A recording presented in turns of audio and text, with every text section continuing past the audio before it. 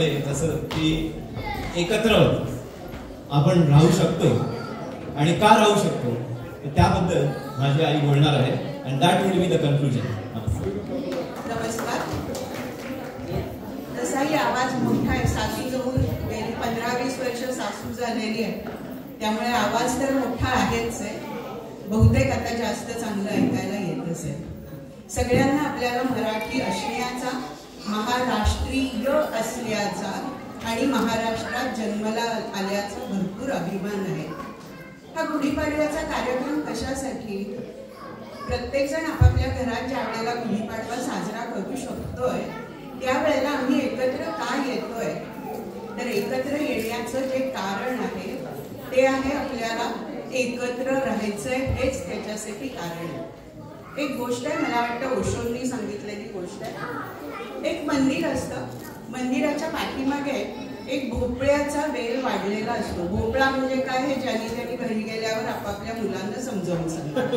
पण एक भोपळ्याचा वेल वाढत असतो. भरपूर भोपळे लागलेले असतात. भरपूर म्हणजे अगदी भरपूर. प्रत्येक भोपळा वेगवेगळ्या विचारांचा असतो. कुणी प्रतिपगामी असतो, कुणी पुरोगामी असतो, कुणी आस्तिक असतो, कुणी नास्तिक असतो, कुणी एका विचारधारेला मानणारा असतो, कुणी दुसऱ्या विचारधारेला मानणारा असतो.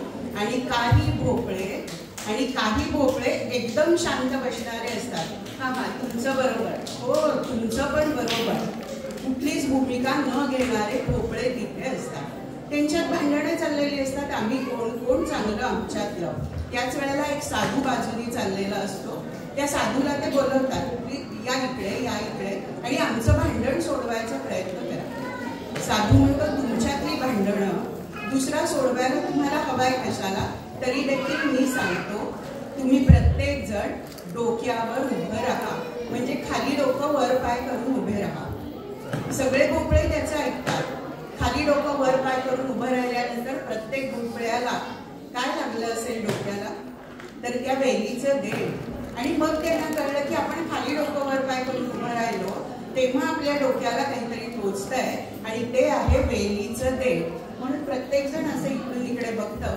त्यावेळेला त्यांच्या लक्षात येतं आपण प्रत्येक जण जरी वेगळा असलो तरी देखील ही वेल एक आहे, म्हणजे जिनी आपलं पोषण केलेलं आहे ती एक वेल आहे आणि ती आपल्याला एकत्र आणली आहे.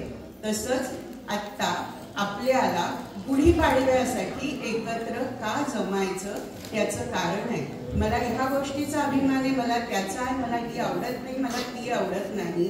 पण तरी देखील जेव्हा दुसऱ्या राष्ट्रांमध्ये राहत असताना तरी किमान भारतात तर आपण किती भांडतो ते आपल्याला सगळ्यांना माहिती आहे, पण दुसऱ्या राष्ट्रात राहत असताना तरी एकत्र राहण्यासाठी ही मला वाटतं ओशोंनी त्यांच्या भाषणात सांगितलेली गोष्ट आहे, ती मला आवडली.